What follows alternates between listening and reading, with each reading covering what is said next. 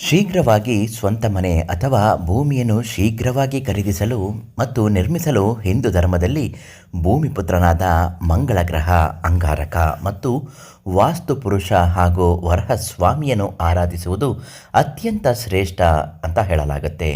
ನಮ್ಮ ಸಂಕಲ್ಪ ಬೇಗ ಈಡೇರಲು ಮಾಡಬೇಕಾದ ಪ್ರಮುಖ ಪೂಜೆಗಳು ಮತ್ತು ಮಂತ್ರಗಳು ಯಾವುದು ಇವತ್ತಿನ ವಿಡಿಯೋದಲ್ಲಿ ತಿಳಿಸಿಕೊಡ್ತೀನಿ.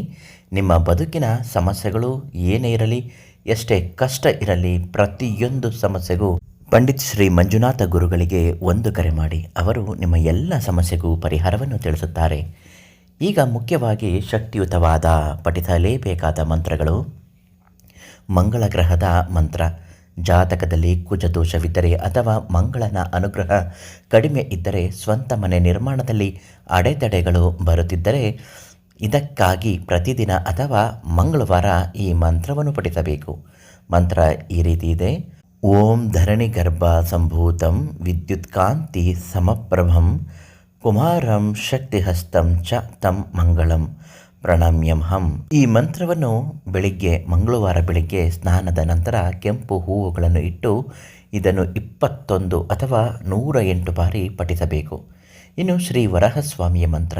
ಭೂಮಿಯನ್ನು ರಕ್ಷಿಸಿದ ವರಹಸ್ವಾಮಿಯ ಆರಾಧನೆ ಮನೆ ಕಟ್ಟಲು ಬಹಳ ಸಹಕಾರಿ. ಆ ಮಂತ್ರ ಯಾವುದು ಅಂತಂದರೆ, ಓಂ ನಮೋ ಭಗವತೆ ವರಾಹ ರೂಪಾಯ ಭೂರ್ಭುವಸ್ವಃ ಸ್ಯಾಧಿಪತಯೇ ಭೂಪತಿತ್ವಂ ಮೇ ದೇಹಿ ದಾಪಾಯ ಸ್ವಾಹ.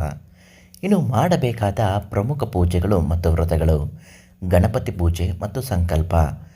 ಯಾವುದೇ ಕಾರ್ಯಕ್ಕೂ ಮುನ್ನ ವಿಘ್ನ ವಿನಾರಕ ಗಣೇಶನಿಗೆ ಪೂಜೆ ಸಲ್ಲಿಸಬೇಕು. ನಿಮ್ಮ ಮನದ ಆಸೆಯನ್ನು ಶೀಘ್ರವಾಗಿ ಮನೆ ನಿರ್ಮಾಣವಾಗಲಿ ಎಂದು ಗಣೇಶನ ಮುಂದೆ ಹೇಳಿಕೊಂಡು ಸಂಕಲ್ಪ ಮಾಡಿ ಕಾಯಿ ಹೊಡೆದು ಪ್ರಾರ್ಥಿಸಿ. ಸುಬ್ರಹ್ಮಣ್ಯ ಸ್ವಾಮಿಯ ಪೂಜೆ ತುಂಬಾ ಮುಖ್ಯ.